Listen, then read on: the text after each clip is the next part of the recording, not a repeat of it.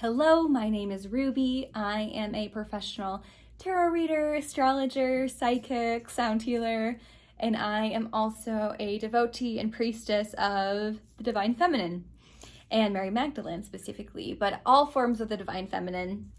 And one of the goddesses I have worked with, probably the longest actually, is the goddess Kali. And I wanted to make a video talking a little bit about not just Kali, but how to approach the Divine Feminine, how to approach Deity, and if we should be afraid of working with Deity.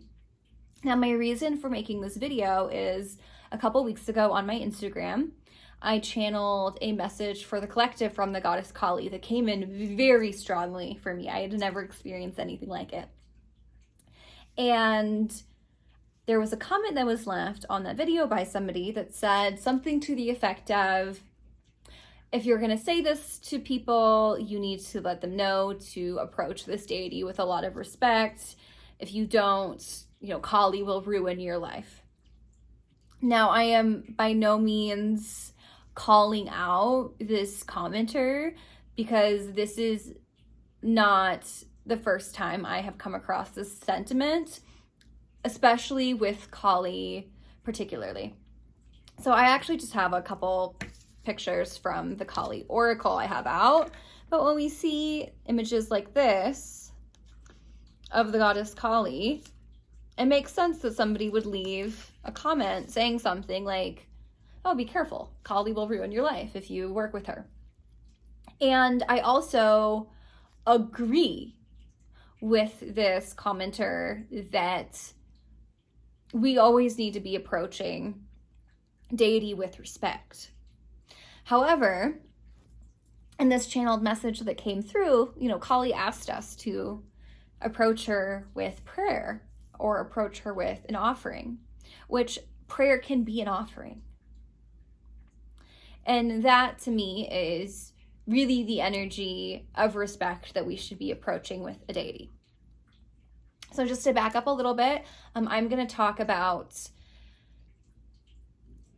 how I experience Kali, how I experience the dark goddess, and how we can protect ourselves while working with this energy, but also why this energy is nothing to fear. So I started working with this energy 6 years ago, and I definitely did not go into it with all of this respect. Of course I respected the energy, but I, at the time, didn't really believe in deity. I was in a yoga teacher training that was very centered around the practices of bhakti and tantra, and I fell in love with bhakti, which is a devotional practice that originates in the Hindu teachings, the Hindu religion. The word Hindu, that's a story for another day. But in the Hindu body of teachings, there is this spiritual practice called bhakti, which is all around being in the space of the heart. And it is like the yoga of emotion, and it's the yoga of emoting and meeting the divine in the place of the heart. So it really has this feeling tone of Christ consciousness.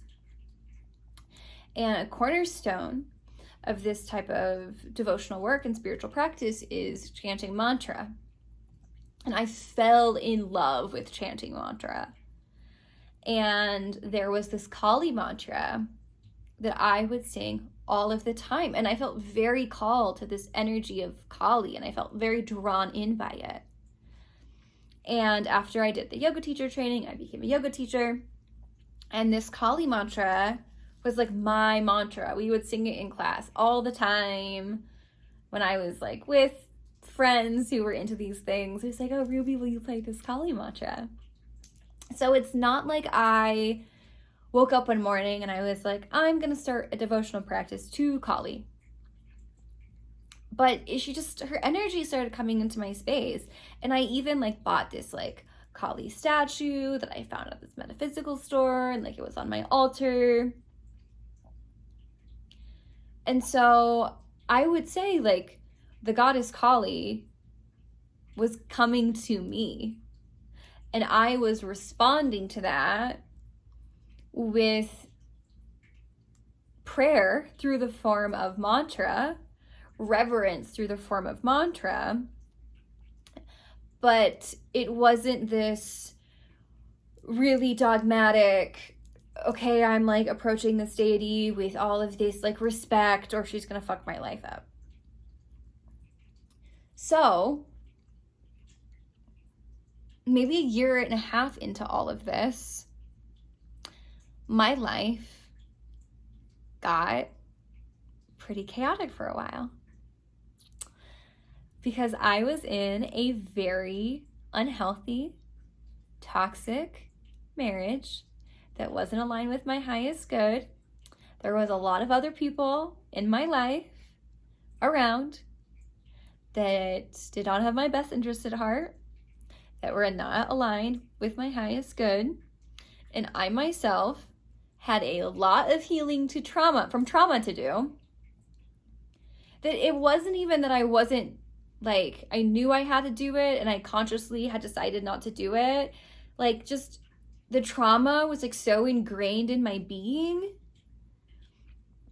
that I didn't even know where to start. Like, I was living my life from this very activated, traumatized place, very fractured. And so about a year and change maybe after I started doing all this Kali work, my whole life fell apart.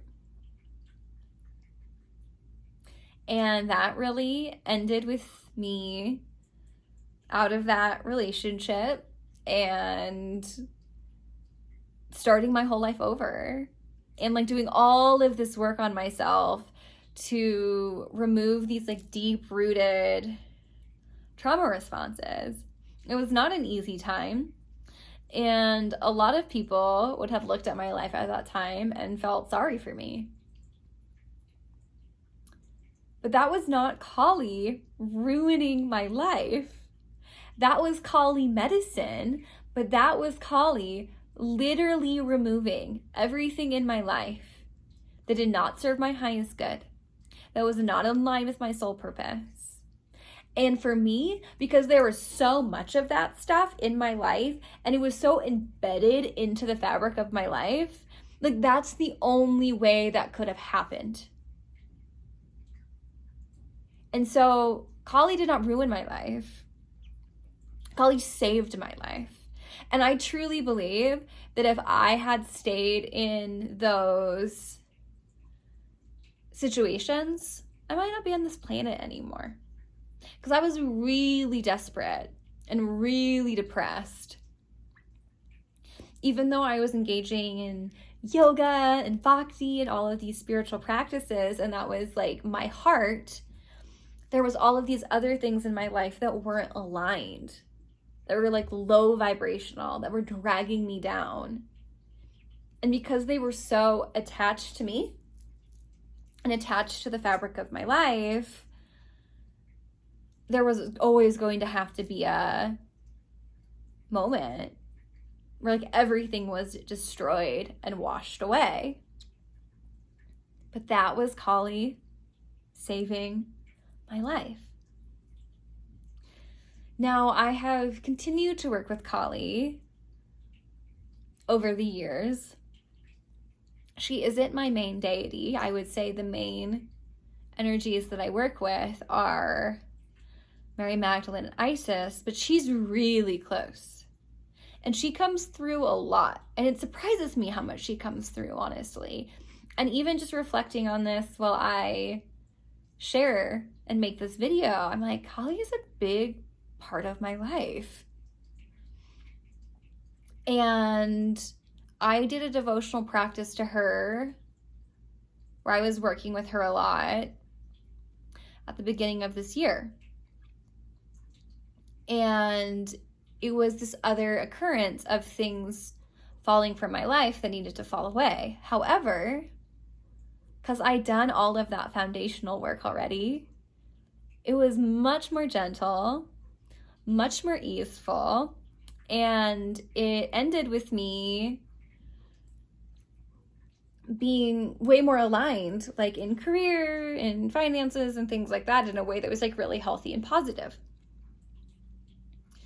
So there was no big like tower crashing moment with this like last devotional practice I did with Kali. And I'm still working with her a lot. Like even now, I'm chanting her mantras a lot. The Kali Oracle by Lana Fairchild, which I love. I'm going to show it to you. Maybe we'll do a separate video just on this oracle. But I've been working with this oracle ever since it came out in 2018. So I've been, like, this is on my reading table, which I film at. So I've been working with this oracle a lot, chanting a lot to Kali. And so I'm still working with her.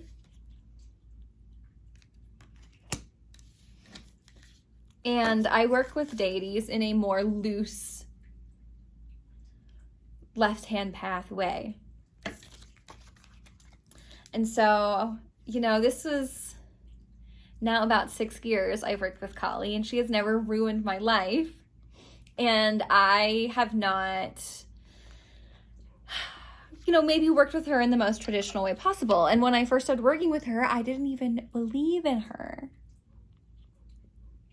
So let's talk about this concept of, will Kali ruin your life? No, Kali will never ruin your life. But it might feel like she is ruining your life if you are so out of alignment, like I was, that the only way to get back into alignment is for a lot of things to go. And I will say this about Kali. Her grace is wild and her grace is ferocious. So if you want to hang on to things, don't work with Kali. But if you're on a spiritual path and you're looking for growth and transformation and empowerment, work with Kali. Definitely work with Kali. Now, my experiences with the divine and with deity is I don't believe that they really have it in them to ruin our lives. No, I only work with the divine feminine for the most part. Unless we're talking about Yeshua, the Christ, okay? So in my experience working with the faces of the divine feminine, your life will not be ruined unless you have made a promise or a pledge to do daily devotional or ritual work and then you fall through. Then you might get reminded of that commitment that you made. So I would say when you are working with the divine, especially if you're working with a face of the dark feminine, it's safe to bring offering and prayer and devotion. The only thing I would really caution you against is to not give promises or commitments that you don't follow through on. Now, sometimes when we are working with a deity or a face of the divine, they will ask us to do things. And if we don't do those things, my experience is that deity just stops showing up. They don't ruin your life. There's no vengeance. But they might not show up anymore if they ask us to remove something from our life and we just don't do it, and then we continue trying to work with that deity. So deities, they do require growth from us if we're working with them in a very close way, especially if we're talking about the darker aspects of the feminine, because their transformation is a part of their consciousness. they will be the ones that tend to back away if we are not doing our transformational work. Goddesses like Mother Mary, Kuan Yin, these goddesses of just like all loving compassion, they might be more open and receptive to us even if we're like really not doing anything they tell us to do. Now, even in an instance, like let's say I'm working with Kali and she asks me to do something and I don't do it, and so she backs away. That's still like not the end of that relationship forever. I can ask her. There might be outside noise. I apologize. I might ask her, hey, like, I know I like messed this up big time. I like know you're not around anymore. Is there anything I can do to repair this relationship? You can even say, like, I really don't want to do the thing you're asking me to do. Is there a way we can still be in relationship? So nothing is ever dire and the end of the world. These beings, these aspects of consciousness are loving, and they are here to help us and support us. So I personally do not believe we need to be afraid of them or gatekeep them or fearmonger around them. Now, if we're talking about deities from a closed practice, this is another story. So definitely do research about your deity before you start doing devotional work to ascertain if this deity is appropriate for you.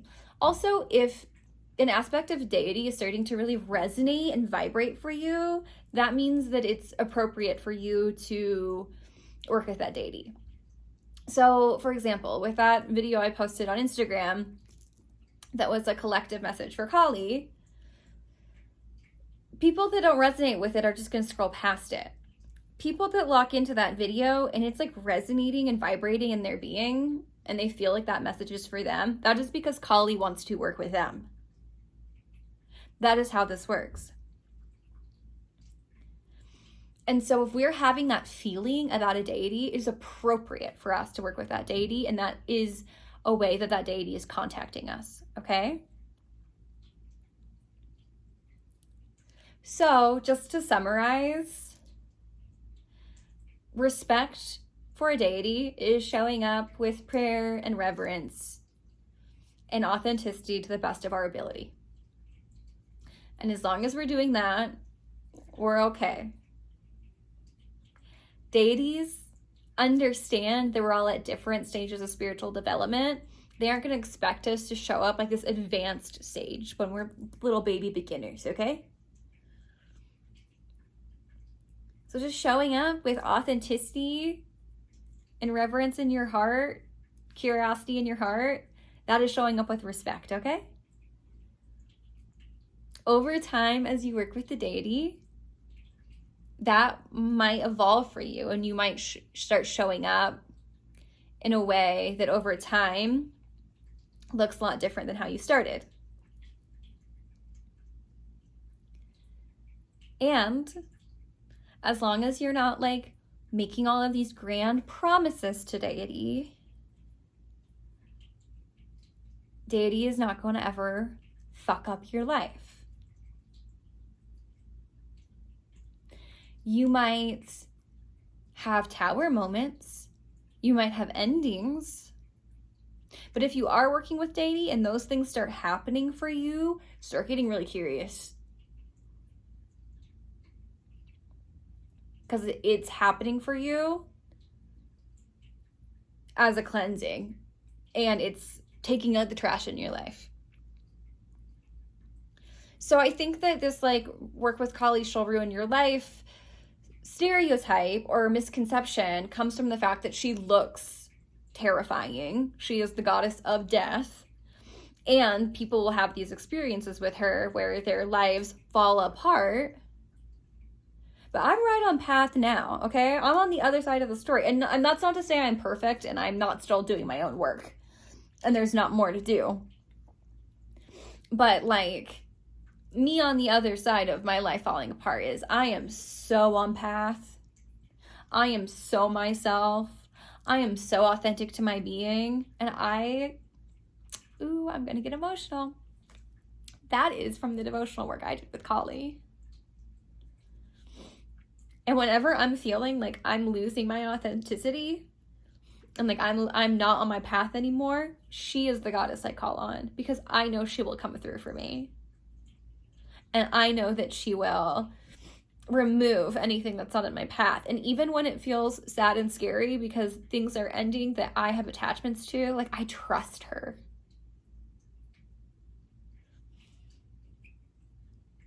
I trust this goddess, and I trust what comes through the channel when it's her energy, because she is a mother goddess and she is loving. So I wasn't expecting to go this long talking about this, so I'm going to end it there just so that this is an appropriate amount of time. But there's so much more I could say about Kali, but if you are wanting to work with her, don't be afraid, my love. Don't be afraid. If you're feeling that, it's because she's calling to you. And just start slowly and just show up authentically. All right? I'm sending you love, and as always, I am wishing you well.